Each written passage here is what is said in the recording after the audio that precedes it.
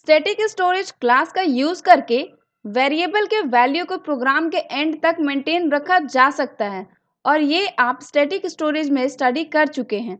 लेकिन अब एक और रिक्वायरमेंट हो सकता है। क्या कोई स्टोरेज क्लास होता है जिसका यूज बहुत सारे सी के प्रोग्राम्स या बहुत सारे सी के प्रोग्राम्स के फंक्शंस एक साथ यूज कर सके? जस्ट लाइक स्टैटिक वेरिएबल का यूज बहुत सारे फंक्शंस करते हैं।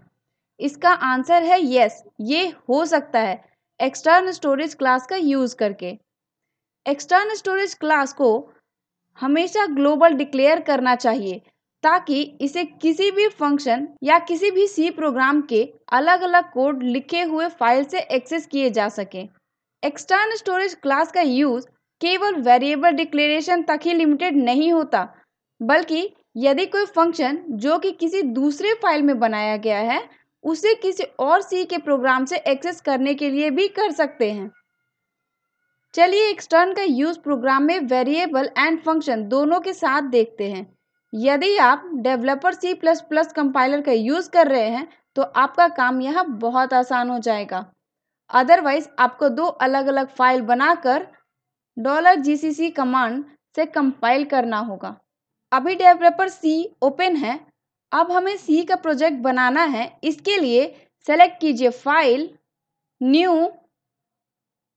और प्रोजेक्ट, फिर डायलॉग बॉक्स में कंसोल एप्लीकेशन सेलेक्ट कीजिए, फिर प्रोजेक्ट टाइप में सी प्रोजेक्ट सेलेक्ट कीजिए और फिर ओके कीजिए। Now location D drive select कर लीजिए और इस प्रोजेक्ट को सेव कर लीजिए। अभी आप ऑटोमेटिकली main.c फाइल मिला। अब इस प्रोजेक्ट में एक और फाइल ऐड कीजिए जिसका नेम second.c टाइप कीजिए। यहाँ पे राइट क्लिक कीजिए, न्यू फाइल ऐड कीजिए। यहाँ आप एक्सपेंड करके देख सकते हैं। चलिए इसका नाम चेंज कर देते हैं और यहाँ second.c लिख के ओके करते हैं।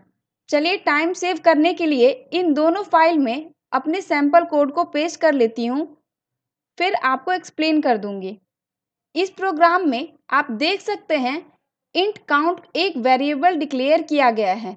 उसके बाद gate count function prototype declaration में एक्सटर्न कीवर्ड का यूज किया गया है क्योंकि ये फंक्शन किसी और फाइल में डिफाइन किया जाएगा। इस प्रोग्राम में मेन फंक्शन में सबसे पहले काउंट में 5 स्टोर किया गया है, उसके बाद इसे प्रिंट किया जा रहा है, यानी काउंट का वैल्यू 5 यहाँ प्रिंट होगा। प्रिंट एफ के बाद गेट काउंट फंक्शन को कॉल किया जा रहा है जिसे second.c फाइल में डिफाइन किया गया है।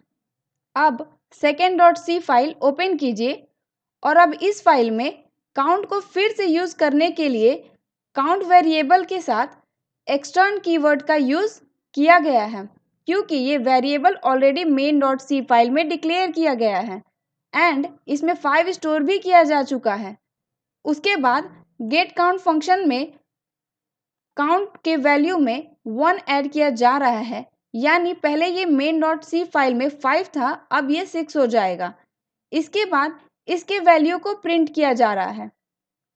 यदि आप टर्बो का यूज कर रहे हैं तो आपको $gcc कमांड का यूज करना होगा ताकि दोनों सी प्रोग्राम की फाइल्स main.c एंड second.c एक रिसोर्स और वेरिएबल और फंक्शंस को यूज कर सकें।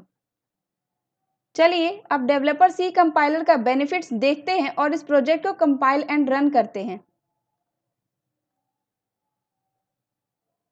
और आप आउटपुट स्क्रीन पे देख सकते हैं।